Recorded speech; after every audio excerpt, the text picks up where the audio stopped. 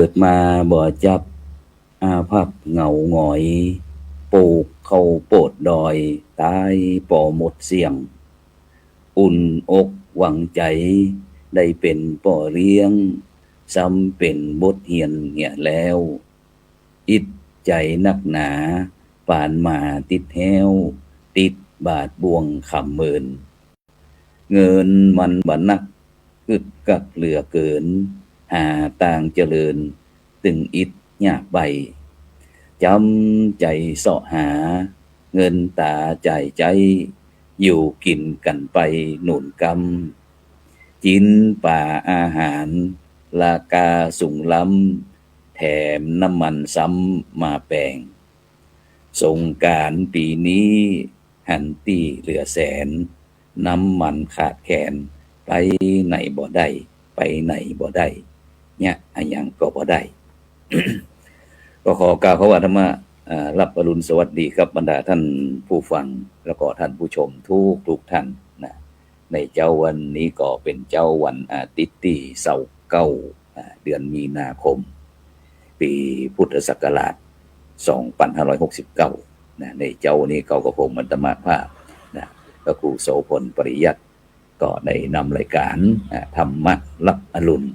แทนท่านอาจารย์ดร.วิสิทธิตวิสิทธโธเพราะว่าทำงานนักขอเวลาป่วยมาพบกับบรรดาท่านผู้ฟังท่านผู้ชมในเจ้าวันนี้ก็อากาศดีอาคารพระธรรมสิทธาจารย์หนูถาวโรนะซึ่งในเจ้าวันนี้หลายท่านหลายคนก็คงจะอย่างนอนคดคู่เสาะหามือถือขวัดนะเพราะว่าได้ยินเสียงติ้งนะเพราะว่าเป็นการสัญญาณเตือนที่กดติดตามรายการธรรมะรับอรุณนะพอเรามีรายการใหม่ๆก็จะออกมาเลยนะฉะนั้นก็ต้องขอบคุณนะอนุโมทนากับบรรดาท่านผู้ฟังแล้วก็ท่านผู้ชมทุกท่านนะที่คอยติดตามนะซึ่งตั้งช่องธรรมะเป็นทีมเราก็ต้องกราบขอบพระคุณท่านอาจารย์เจ้าคุณพระวิสุทธิวัชราภรณ์นะหรือว่าครูบาขาวนะจากวัดลัทธิวันพระนอนขอนตาลศักดิ์สิทธิ์นะรองเจ้าคณะอำเภอแม่ริมนะที่เป็นสปอนเซอร์หลักนะมูลนิธิพระอุบรีคุณอุปมาจารย์ฟูอัตสิโวอดีตเจ้าอาวาสนะวัดพระสิงห์วรมหาวิหารโดยเมตตาธรรมของท่านอาจารย์พระครูอย่างสุชาติธรรมวุฒินะเหล่ายางอำเภอแม่วางจังหวัดเชียงใหม่ของเฮานอกจากนั้นก็ยังมีมูลนิธิทีละปัญโยนะมูลนิธิโพธิยาลัยโครงการหมู่บ้านรักษาศีล5โครงการวัดประชารัฐสร้างสุขมหาวิทยาลัยมหาจุฬาลงกรณราชวิทยาลัยเขตเชียงใหม่พร้อมถึงคณะสงฆ์จังหวัดเชียงใหม่นะในเมตตาของพระเดชคุณหลวงพ่อพระเทพสิงหวราจารย์ด็อกเตอร์นะรองเจ้าคณะจังหวัดเชียงใหม่ฝ่ายเผยแพร่นะที่ได้เมตตาสนับสนุนจ้องได้ดีตลอดมาแต่จะได้กระตามบรรดาท่านผู้ฟังทั้งหลายนะซึ่งรายการที่จะอยู่ได้บ่อยู่ได้นี่ก็จ้องทำไมเป็นทีมเขาจะอยู่ได้เหมือนขนาดไหนนะจะมีอายุสักเท่าฮื้อนะก็อยู่ที่บรรดาท่านผู้ฟังท่านผู้ชมนะที่ได้คือการสนับสนุนหลายท่านหลายคนก็ส่งข้อความด้วยความเป็นห่วงเป็นใยหลายท่านหลายคนก็กดติดตามกดไลค์กดแชร์นะสไตล์ของจ้องทำไมเป็นทีมเขาว่าแชร์มากได้บุญมากแชร์น้อยได้บุญน้อยบ่แชร์ก็บ่ได้บุญอย่างนี้เป็นต้นนะฉะนั้นก็บรรดาท่านผู้ฟังจะไปลืมเด้อนะสิ่งโดยเฉพาะในช่วงนี้ใกล้จะปีใหม่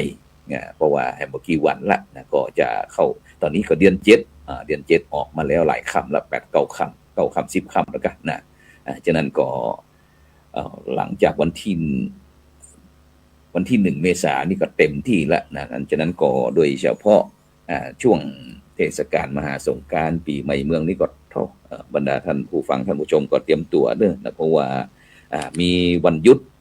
หลายวันด้วยกันนะโดยเฉพาะในช่วงแรกนี่ก็อันเป็นห้องว่า3วันแรก3วันแรกนี่ก็หยุด3วันหยุดช่วงแรกยาวช่วงแรกก็3วันก็ตั้งแต่วันที่4เมษายนเสาร์ที่4เมษายนวันหยุดสัปดาห์ที่5เมษายนก็หยุดสัปดาห์วันที่6เมษายนนี่ก็วันพระบาทสมเด็จพระพุทธยอดฟ้าจุฬาโลกมหาราชนะแล้วก็วันที่ระลึกมหาจักรีบรมราชวงศ์ นะเป็นวันจักปีที่ตั้งจ่องธรรมะเป็นทีมเขาได้ประชาสัมพันธ์กันไปนะว่าในวันที่6ในภาคเจ้านะเวลา9 โมงนี้ก็จะมีการบวงสรวงบุรพมหากษัตริย์นะที่วัดเจียงยืนนะแล้วก็เวลา5 โมงแรง17 นาฬิกาก็จะเป็นพิธีเจริญพระพุทธมนต์สวดมหาสติงหลวงนะซึ่งท่านอาจารย์ใหญ่พลตรีนเรศจิตลักษณ์นะเพิ่นก็ได้มาช่วยประชาสัมพันธ์นะแล้วก็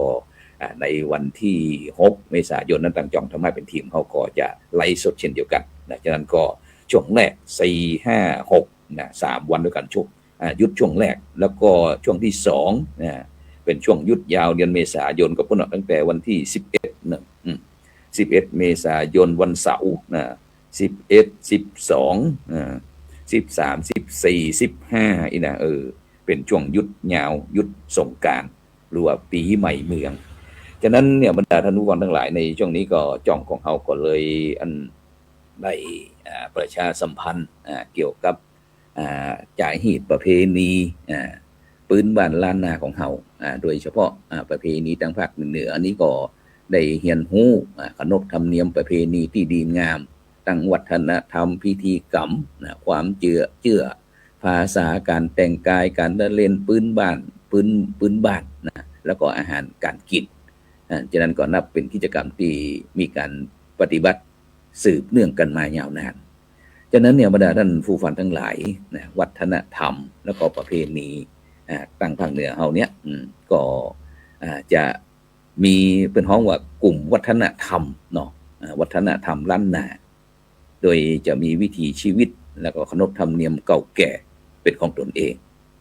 มีเอกลักษณ์เฉพาะตัวนะแต่องค์ประกอบที่สำคัญก็ยังมีความคล้ายคลึงกันอยู่นักบอกว่าจะเป็นเรื่องสำเนียงการการขับร้อง การฟ้อนรำการดำรงชีวิตแบบเกษตรกรแล้วก็การนับถือสิ่งศักดิ์สิทธิ์แล้วก็วิญญาณของบรรพบุรุษนะแล้วก็ความเลื่อมใสในพระพุทธศาสนาแบบเถรวาท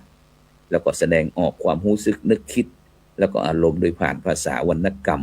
บอกว่าจะเป็นดนตรีงานฝีมือแม้กระทั่งการจัดงานฉลองสถานที่สำคัญมีตั้งแต่โบราณเพราะฉะนั้นเนี่ยบรรดาท่านผู้ฟังทั้งหลายนะเดิมวัฒนธรรมคนเมืองหรือว่าคนล้านนาเนี่ยมีศูนย์กลางอยู่ที่เมืองนพบุรีศรีนครพิงค์เชียงใหม่ตามชื่อของอาณาจักรที่มีการปกครองแบบนครรัฐนะซึ่งตั้งขึ้นในพุทธศตวรรษที่18โดยพญามังลายเพราะฉะนั้นเนี่ยบรรดาท่านผู้ฟังทั้งหลาย ในช่วงสงกรานต์ก็ถือว่าเป็นช่วงที่สำคัญเพราะอย่าง เพราะว่า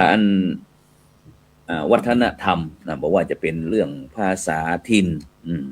วัฒนธรรมภาษาถิ่นนี่ก็ภาษาล้านนาที่นุ่มนวลไพเราะนะซึ่งมีการมีภาษาภาษาเขียดที่เป็นห้องว่ากำเมืองนะของคนภาคเหนือเฮาเองโดยเฉพาะการจะมีสำเนียงที่แตกต่างกันไปตามพื้นที่ปัจจุบันก็ยังใช้ติดต่อสื่อสารกันแล้วก็เรื่องวัฒนธรรมเรื่องการแต่งกายนะพื้นเมืองของภาคเหนือมีลักษณะที่แตกต่างกันไปตามเชื้อชาติของกลุ่มชนของคนเมืองเนื่องจากคนหลากหลายชาติพันธุ์อาศัยอยู่ในพื้นที่นะซึ่งบ่งบอก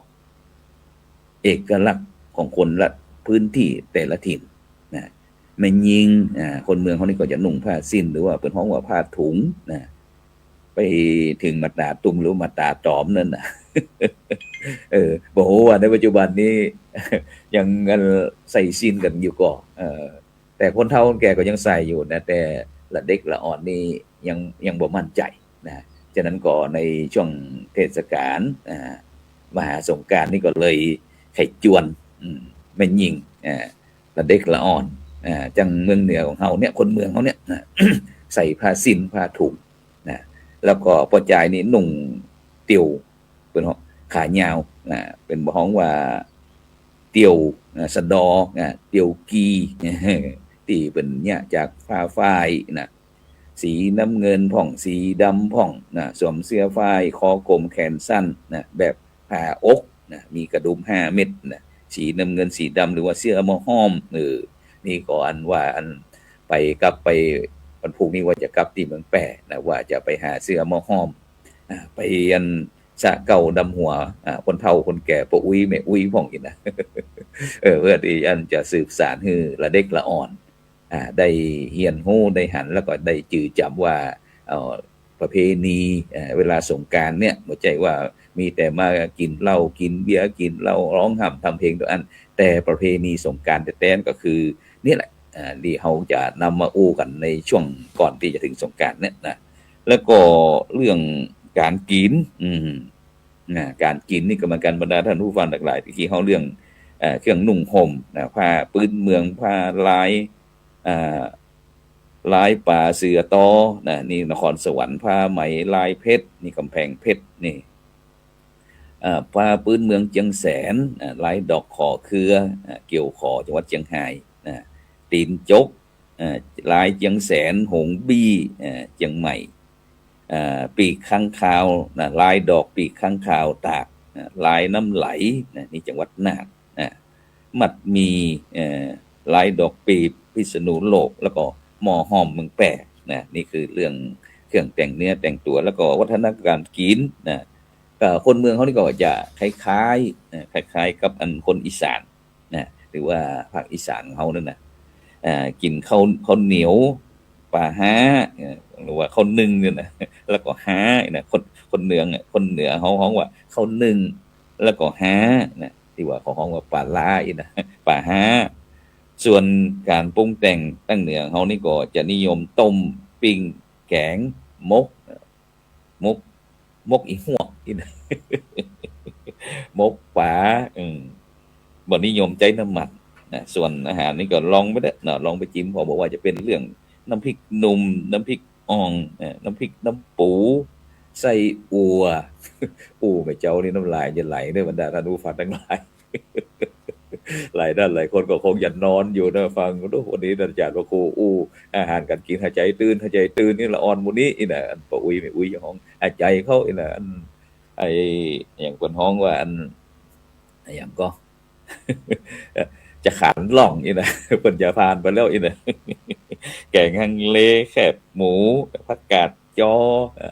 ลาบหมูลาบจีนส้มข้าวซอยขนมเส้นน้ำงิ้วนี่เรื่องอาหารการกินนี่นะบรรดาท่านผู้ฟังทั้งหลายแล้วจากนั้นเรื่องเกี่ยวกับเรื่องวัฒนธรรมที่เกี่ยวกับเรื่องศาสนาเรื่องความเชื่อโดยเฉพาะคนเมืองของเขานี่ก็มีความเชื่อบอกว่าจะเป็นมีความผูกพันเกี่ยวกับเรื่องการนับถือผีซึ่งก็มีสิ่งเร้นลับคอยปกป้องคุ้มครองอยู่ซึ่งสามารถจะได้ฮู้ได้หันอย่างวันก่อนนี่อันได้หันข่าวบอกว่ามีอันแรงงานพม่าเพิ่นบอกว่ามีผู้ชาย2 คนเนี่ยอันได้แม่หญิงพอค่อนข้างดูท่าทางแล้วจะเมาขึ้นไปบนดอยนะก็แจ้งทางเจ้าหน้าที่ก็ตั้งปพลตึงตำรวจตึงฮ้องว่าสปะสุดปากันไปโอ้กลับไม่ได้ยินเสียงบ่ได้แต่บ่เจอบ่ปะคนบ่ฮู้ว่าปานนี้จะเป็นจะได้พ้องฉะนั้นเนี่ยบรรดาท่านผู้ฟังทั้งหลายโดยเฉพาะการเลี้ยงผีบรรพบุรุษที่มีหน้าที่คุ้มครองเครือญาติแล้วก็ครอบครัวผีอารักษ์ผีเจ้าตี้เจ้าตางมีหน้าที่คุ้มครองบ้านเมืองชุมชนผีขุนน้ำมีหน้าที่ฮือน้ำแก่ให้แก่นาผีฝายมีหน้าที่คุ้มครองเมืองฝายผีซบน้ำหรือผีปากน้ำผีปากห้วยมีหน้าที่คุ้มครองบริเวณที่แม่น้ำ2 สายมาพบจบกันผีวิญญาณประจำเข้าเป็นห้องว่าเจ้าแม่โพศพของผีวิญญาณประจำแผ่นดินเป็นห้องว่าแม่ธรณีฉะนั้นเนี่ยเวลาแต่ก่อนนี้เวลาจะไปตั้งใดนอนตั้งใดก็เช่นเดียวกันบรรดาท่านผู้ฟังทั้งหลายคนเมืองเขาก็จะบอกแม่นางธรณีเจ้าตี้เจ้าตางวันนี้คนนั้นคนนี้จะขอนอน นอนที่นี่สัก2-3คนหนึ่งนี่นะก่อนทำให้สบายอกสบายใจและก็ปลอดภัยนะฉะนั้นเนี่ยบรรดาท่านผู้ฟังทั้งหลายตะกี้เขาได้อู้ถึงเรื่องผีสางนางไม้แล้วก็ทีนี้ก็ประเพณีของคนเหนือก็ซึ่งก็เป็นการผสมผสานการดำเนินชีวิตเนาะแล้วก็ศาสนาพุทธของเราซึ่งเชื่อเรื่องการนับถือผีนะส่งผลให้มีประเพณีที่เป็นเอกลักษณ์ของประเพณีที่จะแตกต่างกันไปตามฤดูกาลฉะนั้นคนภาคเหนือเขาจะมีงานประเพณีในรอบปีแทบทุกเดือนเลยบรรดาท่านผู้ฟังทั้งหลายนะอย่างประเพณีที่พอจะจำได้บางส่วนก็บอกว่าจะเป็นสงกรานต์งานประเพณีถือว่าเป็นช่วงแรกของการเริ่มต้นปีใหม่เมืองหรือว่าสงกรานต์ประเพณีโดยแบ่งออกเป็นวันที่13เมษายนหรือว่าเป็นวันสังขารล่องถือว่าเป็นวันสิ้นสุดของปีโดยจะมีการแต่ก่อนนะเปิ่นมันจะมีเครื่องทำมาหากินเนาะเป็นปืนเป็นผ้าหน้าไม้จังพ่องนะ ก็จะมีการนั้นจุดพ่องยิงพ่องนะเพื่อที่จะขับไล่สิ่งที่บ่ดีนะวันนี้จะต้องเป็นวันบิ๊กคลีนนิ่งนะเป็นห้องว่าเก็บกวาดบ้านเฮือนแล้วก็ทำความสะอาดวัดนี่นะวันที่14เมษายนหรือว่าเป็นวันเน่าหรือว่าวันเนาตอนเจ้านะก็จะมีการเตรียมอาหารหรือว่าเครื่องไถ่ทานสำหรับงานบุญในวันรุ่งขึ้นนะตอนบ่ายวันที่14เมษายนนี้ก็จะขนทรายเข้าวัดนะ ซึ่งก็สมัยก่อนนี่ก็จะไปเอาทรายตามแม่น้ำนะเพื่อที่จะนำไปก่อเจดีย์ทรายในวัดนะเป็นการทดแทนทรายที่พี่น้องพุทธศาสนิกชนเจ้าบ้านต่างๆที่เดินเข้าวัดเข้าวาแล้วจะหินขี้ดินทรายต่างๆจะติดตีนติดเท้าออกจากวัดตลอดทั้งปีนะก็เลยคนเมืองเขาก็ถือขัวเป็นบาปเป็นกรรมก็เลยมีการตามทรายตามแตนในวันที่14ส่วนวันที่15เมษายนก็เป็นวันพญาวันนะเป็นวันเริ่มศักราชใหม่มีการทำบุญถวายขันเข้ากาถวายตุง12ราศีกาไม้กำโพกำสีนะที่วัดนะแล้วก็มีการส่งน้ำพระพุทธรูปพ่องพระธาตุพ่องแล้วก็เลยลวด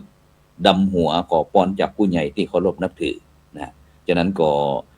เทศกาลมหาสงกรานต์นี้ปีใหม่เมืองนี่ก็ที่วัดอินทปัญญารามนะบ้านกองฝ่ายเขานี่ก็ยังมีตามปกติเด้อบรรดาท่านผู้ฟังทั้งหลายนะฉะนั้นก็ต้องเชิญชวนบรรดาท่านผู้ฟังท่านผู้ชมทั้งหลายว่าในวันที่14เมษายนปีนี้นะตั้งวัดอินทปัญญารามคณะสงฆ์คณะศรัทธาพี่น้องลูกหลานบ้านกองฝ่ายเพิ่นก็จะได้ตานพระป่าสามัคคีนะเพื่อที่จะไปมุงหลังคาอุโบสถนะฉะนั้นก็แจ้งบอกข่าวกองบุญกองกุศลให้บรรดาท่านผู้ฟังท่านผู้ชมทั้งหลายได้รับทราบนะแล้วก็โดยเฉพาะในช่วงนี้บรรดาท่านผู้ฟังทั้งหลายก็จะมีประเพณีปล่อยน้อยบวชลูกแก้วแห่สั่งลองเป็นประเพณีบวชหรือว่าการบรรพชาของเจ้าเหนือของเฮานะนิยมจัดกันภายในเดือนกุมภามีนาเมษานะซึ่งโดยเฉพาะงานบวชลูกแก้วนี่ก็อย่างที่พ่อครูโสพลประยัติเดินทางไปที่เมืองแปะก็เช่นเดียวกันบรรดาท่านผู้ฟังทั้งหลายนะก็จะถือโอกาสได้ไปร่วมกับคณะสงฆ์อำเภอรองโดยหลวงพ่อพระครูสิริสุเมธากรเจ้าคณะอำเภอรองก็จะจัดงานบวชเฉลิมพระเกียรติกรมสมเด็จพระเทพรัตนราชสุดาสยามบรมราชกุมารีในวันที่2เช่นเดียวกันนะฉะนั้นเราก็จะได้นำละเด็กละอ่อนฝึกละเด็กละอ่อนคือได้ใจวิถีชีวิตอยู่กับวัดกับว่าวิถีเจ้าพุทธของเขาเนี่ยมันเป็นจะใดนะที่ทำให้เขาอยู่ร่มเย็นเป็นสุขจนถึงปัจจุบันนี้นะบ่ต้องวุ่นวายนะฮู้จักเพียงพอเพียงอีนะฉะนั้นเนี่ยบรรดาท่านผู้ฟังทั้งหลายโดยเฉพาะเรื่องการเข้าวัดเข้าวาก็เช่นเดียวกันนะหลายท่านหลายคนก็ในปัจจุบันนี้ก็อาจจะมองมุมมองตั้งข้อสงสัยนะว่า อะไรทำไมโดยเฉพาะการที่จะไปวัดไปวานี่มันใจธรรมดาเนื่องคนเฮาปัจจุบันนี่นะจะต้องมีการเลือกด้วยนะบอกว่าจะเป็นเลือกพระเลือกวัดแบบไหนชีวิตก็จะเป็นแบบนั้นเด้อบรรดาท่านผู้ฟังทั้งหลายฉะนั้นพี่น้องพุทธศาสนิกชนทั้งหลายการที่เราจะไปวัดในปัจจุบันเนี้ยจะต้องพอหาวัดบอกว่าจะเป็นถ้าพระหรือวัดสายเสกนะเน้นเรื่องอิทธิฤทธิ์เรื่องของขลังมุ่งความศักดิ์สิทธิ์ภายนอกเปิ่งสิ่งภายนอกนะก็ถ้าเราไปวัดแบบนี้เราก็จะได้แค่กำลังใจนะแต่ยังบ่แตะแก่นธรรมบ่ถึงแก่นธรรมนะวัดสายเสกนี่นะถ้าเป็นพระหรือว่าวัดสายสวดก็จะเน้นเรื่องสวดมนต์พิธีกรรมใจนี่ก็สงบเป็นระเบียบมีสมาธิเบื้องต้นซึ่งก็ดีต่อใจแต่ถ้าบ่เข้าใจก็เป็นเพียงการท่องจำเพิ่นฮ้องว่าท่องแบบนกแก้วนกขุนทองแต่บ่ฮู้ถึงสาระสำคัญนี่ของฮ้องว่าพระสายสวดปากันสวดสวดเจ้าสวดแรงสวดบ่ายสวดแม่คืนสวดตลอดคืนพวกก็แล้วแต่นะแล้วก็พระสายสอนสายสอนนี่ก็นี่แหละเน้นเรื่องการแสดงธรรมอธิบายเข้าใจเรื่องเหตุเรื่องผลของชีวิตนะแล้วก็ฮู้เรียนฮู้การคิดถูกที่ถูกต้องนะฮู้จักแยกแยะฮู้ดีทำดีฮู้ชั่วเว้นชั่วนะความหม่องมัวจะหมดไปนี่เป็นห้องว่าวัดสายสอนพระสายสอนส่วนพระหรือว่าวัดสายปฏิบัติก็จะเน้นเรื่องภาวนาฝึกจิตฝึกใจฝึกสติฝึกสมาธิฝึกปัญญาวิปัสสนาแล้วก็มีความหันตามความเป็นจริงบอกว่าจะเป็นตั้งกายตั้งใจนี่ก็คือตั้งสายตรงที่จะสู่ความพ้นทุกข์นี่เป็นห้องวัดสายปฏิบัติส่วนสายกอบกวยในปัจจุบันนี้ค่อนข้างที่จะหนักสักหน่อยหนึ่งบรรดาท่านผู้ฟังทั้งหลายนะพระหรือว่าวัดสายกอบกวยกิเลสนี่นะกอบกวยกิเลสก็เน้นเรื่องผลประโยชน์เรื่องลาภยศในศาสนาใจศาสนาเป็นเครื่องมือแล้วก็สร้างความงมงายฉะนั้นบรรดาท่านผู้ฟังทั้งหลายก็ควรจะหูเต้าหูตันหลีกห่างไก่ยิ่งเท่าใดยิ่งดีตัวอันฉะนั้นเนี่ยบรรดาท่านผู้ฟังทั้งหลายสายเสกนี่ก็ได้ความหวังสายสวดได้ความสงบสายสอนได้ความเข้าใจสอนให้ความเข้าได้ความเข้าใจปฏิบัติได้ความหลุดพ้นกอบกวยก็ได้กิเลสเพิ่มฉะนั้นก็อยู่ที่บรรดาท่านผู้ฟังทั้งหลายว่าจะเลือกวัดแบบไหนแต่จะได้กระตามบรรดาท่านผู้ฟังทั้งหลายวัดที่องค์พระสัมมาสัมพุทธเจ้าต้องการคือเอาเข้าถึงวัดก็คือวัฒนะเรื่องการ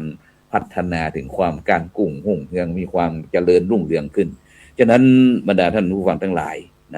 ในช่วงตั้งแต่บัดนี้เป็นต้นไปโดยเฉพาะในเมืองเชียงใหม่ของเฮานี่ก็ตองฟ้าหดหลังแบ็คกราวด์ก็ครูโสพลมีสีส้มสีแดงต่างๆนะครับซึ่งก็โดยเฉพาะก็จะเป็นฤดูที่ไฟป่าผ่องไฟน้ำมือมนุษย์ผ่องฉะนั้นก็ในช่วงนี้ก็ตั้งภายอัน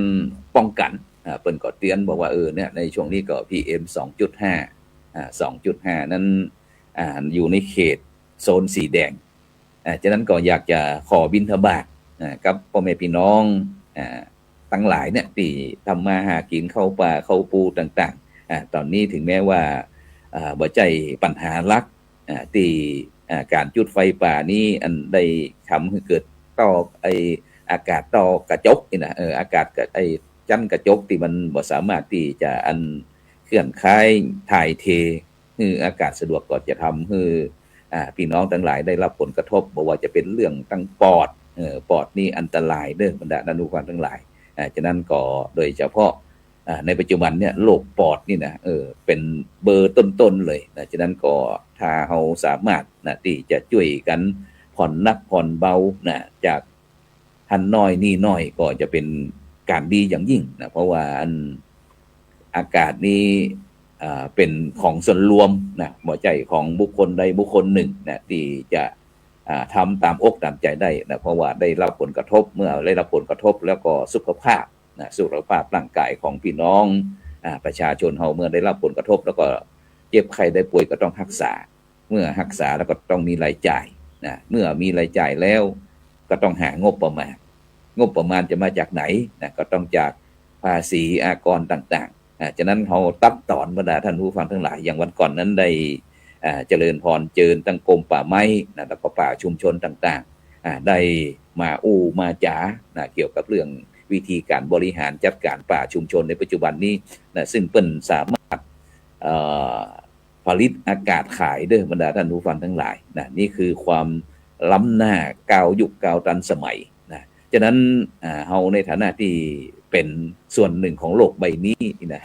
ก็ช่วยกันทำจะใดที่เฮาจะสามารถแบ่งปันความสุขกันได้นะฉะนั้นก็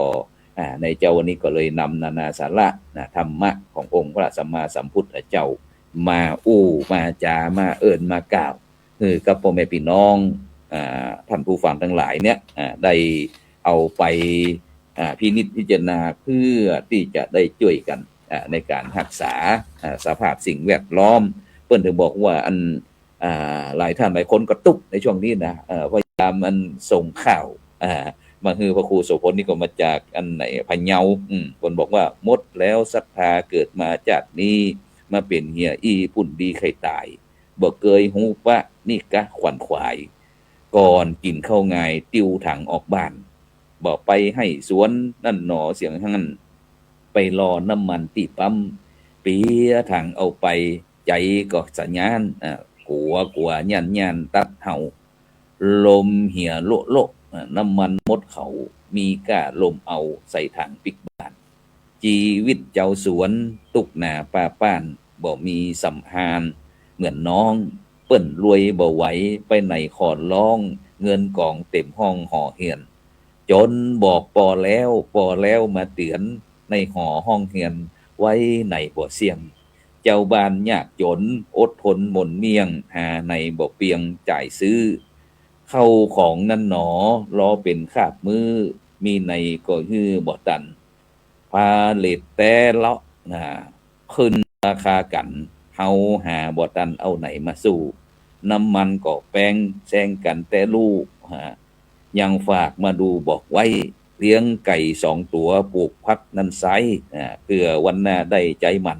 แต่ไก่โหดเนาะมันซ้ำบ่ขันเฮาจนเมียมันอิ่มนายตัวอิ่มนายแล้วค่า ก็มาอ่านถูกพ้องนะบรรดาท่านผู้ฟังท่านผู้ชมได้ฟังเพื่อที่จะได้ปากันได้ฟังแล้วก็ได้ยิ้มสักหน่อยก็ยังดีนะเพราะว่าวันนี้ฝากสุดท้ายว่าตื่นมาเจ้านี้ท่านยิ้มกันหรือยังนะเพราะว่าเราต้องหาอย่างนักหนาเพียงว่ายิ้มวันละนิดจิตแจ่มใสนะถ้ายิ้มนักไปก็ไป4 ธัญญาจะรับเจ้าวันนี้ก็ขอกล่าวเขาว่าอายุวันโน